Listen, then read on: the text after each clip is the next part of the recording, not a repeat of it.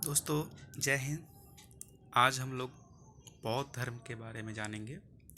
बौद्ध धर्म किसी भी एग्ज़ाम के लिए बहुत महत्वपूर्ण विषय होता है, बहुत महत्वपूर्ण चैप्टर होता है। तो इन सब से जुड़े हुए सारे कॉन्सेप्ट को जानेंगे ताकि आप लोगों के लिए काफ़ी फ़ायदेमंद हो जाए और काफ़ी लाभ मिले आपको। तो चलिए शुरू करते हैं। बौद्ध धर्म 6ठी शताब्दी ईसा पूर्व में आने वाला एक महत्वपूर्ण धर्म था। संस्थापक इसके महात्मा बुद्ध थे।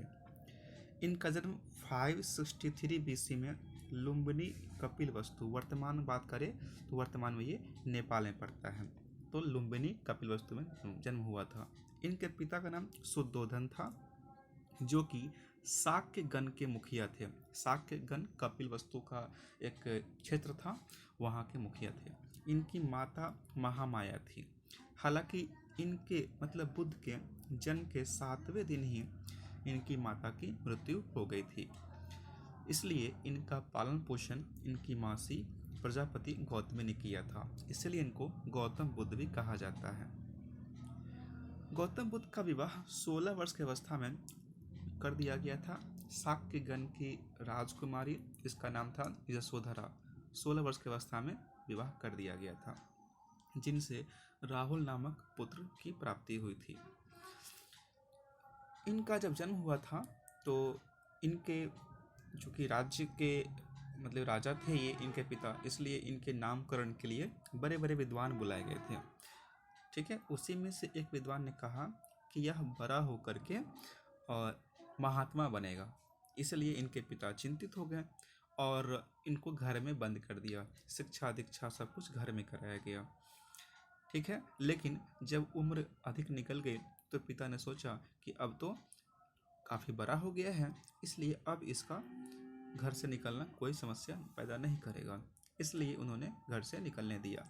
लेकिन जब घर से निकले तो उन्होंने 4 दृश्य देखा। क्या क्या देखा? वृद्ध व्यक्ति, रोगी व्यक्ति, एक शव और एक सन्यासी। वृद्ध व्यक्ति, रोगी व्यक्ति, एक शव और एक सन्यासी। इन 4 चीज़ को देखने के बाद इनके मन में जो सन्यास की भावना उत्पन्न हुई और 29 वर्ष की अवस्था में ये घर छोड़कर निकल गए। 29 वर्ष की अवस्था में घर छोड़कर निकल गए।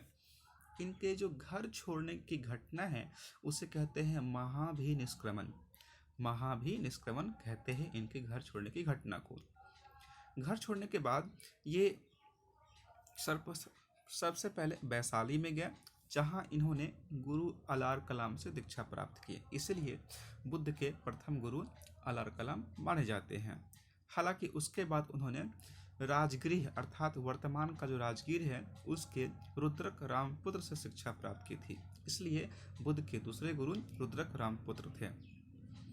तत्पश्चात गया में जो वर्तमान फल्गु नदी है, फल्गु नदी वर्तमान का है, वहाँ पर इनको पंचवर्ग के ब्राह्मण मतलब 5 ब्राह्मण थे, उनके साथ तपस्या करने का अवसर मिला। 6 वर्ष तक तपस्या की पीपल के वृक्ष के नीचे। हालांकि इनसे रहा नहीं गया और इन्होंने वहीं पर सुजाता नामक स्त्री से खीर खाकर तपस्या भंग कर लिया। जब खीर खा लिया तो उसी 5 ब्राह्मण ने इनको भ्रष्ट कह करके अपने समूह से बाहर निकाल दिया। तत्पश्चात बुद्ध ने मध्यम वर्ग अपनाने पर विचार दिया, अर्थात न तो हमें अधिक भोजन करना है और न ही भूखे पेट रहना है। और तत्पश्चात अपने तपस्या के 49वें दिन इनको ज्ञान की प्राप्ति हुई और वो बुद्ध कहलाए। जहाँ पर उनको ज्ञान मिला उसको उस समय उरुवेला कहते थे, उरुवेला। उसके बाद उस जगह का नाम बोध गया पड़ गया। जिस वृक्ष के नीचे उनको ज्ञान मिला था उसे बोधि वृक्ष कहा गया। हालांकि बोधि वृक्ष को शशांक ने कटवा दिया था। शशांक बाद में शासक हुआ था बंगाल का, उसने इसको कटवा दिया था।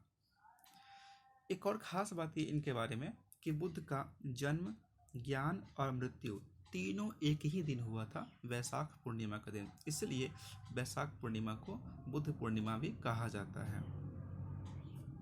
जब बुद्ध को ज्ञान मिला तो इन्होंने गया में ही तपस्सु और मलिक, जो कि एक बंजारे जाति के थे, उनको ज्ञान दिया। इसलिए पहले शिष्य बुद्ध के तपस्वी और मलिक ही हुए थे। उसके बाद वो सारनाथ गए तो सबसे पहले वही 5 ब्राह्मण जिन्होंने बुद्ध को भ्रष्ट कह करके अपने समूह से बाहर निकाल दिया था, उसको प्रथम उपदेश दिया। अतः बुद्ध ने पहला उपदेश कहाँ दिया? सारनाथ में। और बुद्ध के उपदेश देने की घटना है, उसे हम लोग कहते हैं महाधर्म चक्र परिवर्तन। महाधर्म चक्र परिवर्तन कहते हैं बुद्ध के उपदेश देने की घटना को। बुद्ध ने सारनाथ में ही बौद्ध संघ की स्थापना की थी। बौद्ध संघ की स्थापना बुद्ध ने सारनाथ में किया था। उनके शिष्य जो प्रिय शिष्य थे आनंद थे। आनंद के कहने पर उन्होंने पहली बार किसी महिला को अपने संघ में प्रवेश करने की छूट दी थी, और महिला थी प्रजापति गौतमी, जो उनकी वी माता या उनकी मौसी थी। ये दीक्षा वैशाली में दिया गया था। बुद्ध ने ज्ञान प्राप्ति के बाद पहला वर्षावास सारनाथ में बिताया। वर्षावास मतलब कि अपने मतलब कि वहाँ वास किया था कुछ समय के लिए, ठीक है, उसे वर्षावास कहते हैं। तो प्रथम वर्षावास सारनाथ में बिताया था। हालांकि सबसे अधिक समय उन्होंने श्रावस्ती, जो कि कौशल महाजनपद की राजधानी थी, वहीं बिताया था। वहीं के राजा थे प्रसेनजित, और इसके बारे में उंगली माल डाकू के बारे में कहानी सुना होगा आपने, तो इसी कौशल राज की कहानी है। यहाँ पर उन्होंने कुल 25 वर्ष समय बिताया था। तो प्रसेनजित बुद्ध के प्रिय शिष्य थे, इसलिए उन्होंने सबसे अधिक समय बिताया था। बुद्ध का सबसे प्रिय शिष्य आनंद था, जो कि उसका निजी परिचारक अर्थात आज के शब्दों में नर्स कह सकते हैं, अर्थात उनकी देखभाल करने वाला। बुद्ध के 4 आर्य सत्य हैं। क्या क्या सत्य हैं? दुख है, सेकंड दुख का कारण है, थर्ड दुख का निवारण है, और फोर्थ दुख रोकने के उपाय है। अर्थात उनका कहना है कि संसार दुखों से भरा हुआ है और दुख के कोई न कोई कारण होते हैं, साथ ही दुख का निवारण भी होता है और दुख को रोकने का उपाय भी होता है। बुद्ध ने ही सबसे पहले अष्टांगिक मार्ग दिया था। बुद्ध ने ही सबसे पहले अष्टांगिक मार्ग का नियम दिया था। आगे देखते हैं हम लोग। बौद्ध धर्म के अंतर्गत 3 रत्न आते हैं। इसको हम लोग प्रज्ञा, शील और समाधि कहते हैं। प्रज्ञा, शील और समाधि। उसके अलावा बुद्धम, संघम, धम्मम, ये 3 शब्द अन्य भी हैं, इसको भी 3 रत्न के तहत काउंटिंग किया जाता है। बुद्ध ने ही क्षणिकवाद का सिद्धांत दिया था। क्षणिकवाद कहने का मतलब ये है कि हर चीज क्षण भंगुर है, मतलब क्षण भर में ही सब कुछ नष्ट हो जाता है। बुद्ध ने वेदों को अपरुष कहा था, मतलब कि अपरुष का खंडन किया था। कहने का मतलब ये है कि वेदों को कहा जाता है अपरुष, मतलब ये मानव के द्वारा नहीं लिखा गया है। लेकिन बुद्ध ने कहा कि ये गलत है, यह मानव के द्वारा लिखा गया ही एक पुस्तक है। अगर मानव के द्वारा लिखा हुआ नहीं होता तो इसमें इतना भेदभाव नहीं होता, इसलिए उन्होंने इसका खंडन किया था। बुद्ध के प्रिय शिष्य की बात करें तो इसमें कुछ शासक के नाम भी आते हैं, जैसे बिंबिसार, प्रसेनजित, अजातशत्रु, उदयन। ये 4 मुख्य राजा थे। उसके अलावा अशोक भी इनके प्रिय शिष्य थे।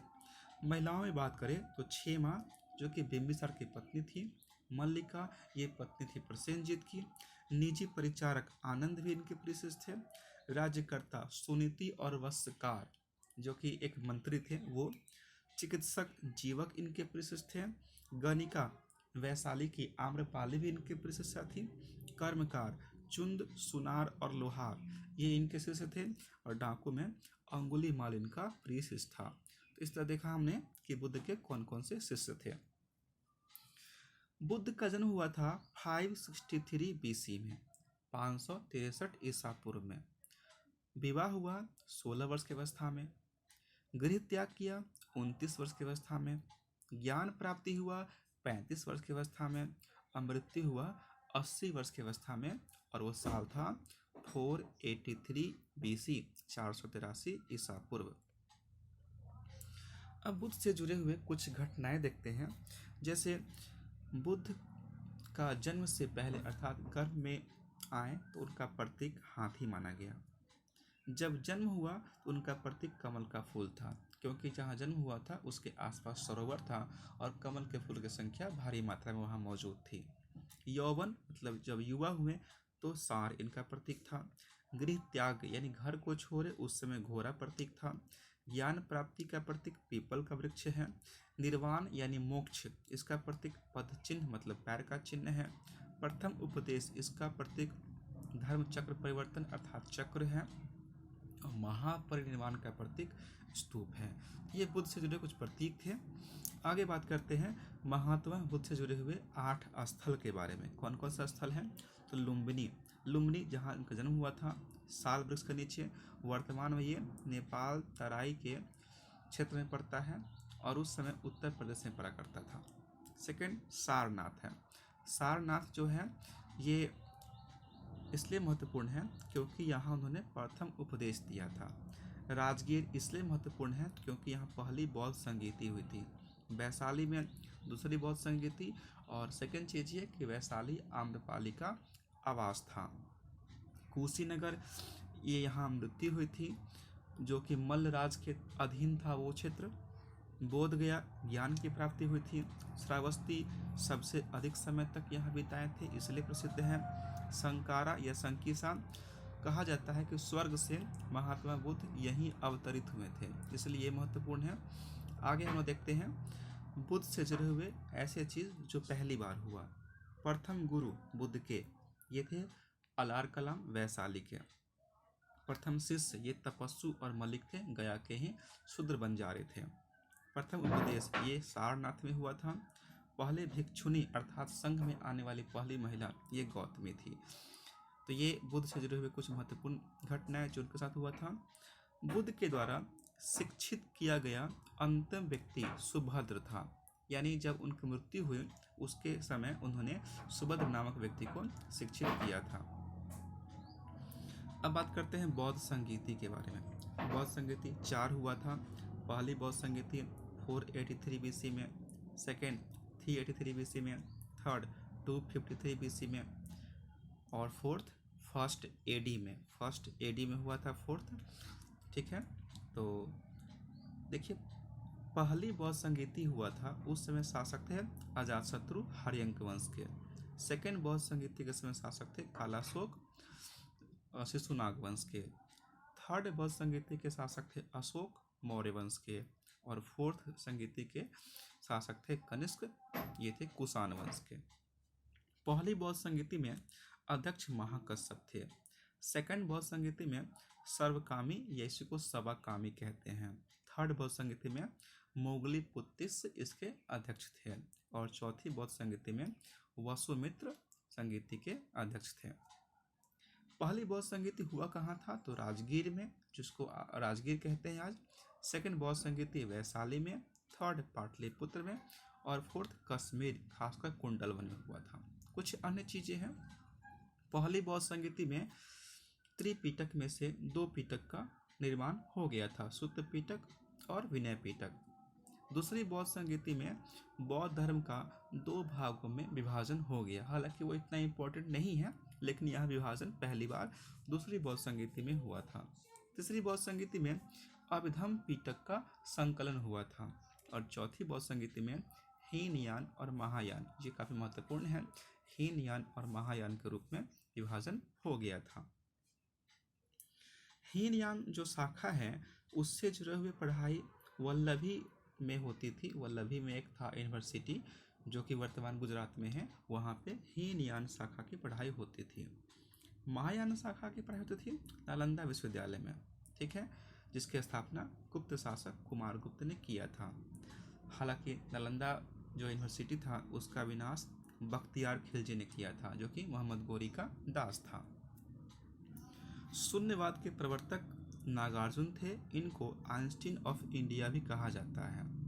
नागार्जुन ने ही 2 पुस्तक लिखा था, प्रज्ञा पारमिता और माध्यमिक कारिका। ये 2 पुस्तक लिखा गया है नागार्जुन के द्वारा। एक अन्य शाखा था वज्रयान, जो बौद्ध धर्म में 7वीं सदी में आया था। इसके लिए विक्रमशिला विश्वविद्यालय जो कि भागलपुर में है, वहाँ इसकी पढ़ाई हुआ करती थी। इसके संस्थापक पाल वंश के शासक धर्मपाल थे। तो पाल वंश के बारे में बताया मैंने अभी। तो पाल वंश अंतिम वंश था जिसने बौद्ध धर्म को संरक्षण दिया, मतलब उसका विकास किया। तो ये अंतिम वंश है जिसने बौद्ध धर्म का विकास किया था। तो आज इतना ही, हमने आज बौद्ध धर्म के बारे में बताया। अगर आपको अच्छा लगा हो तो वीडियो को लाइक करेंगे, शेयर करेंगे और दोस्तों के साथ इसको शेयर करेंगे। धन्यवाद।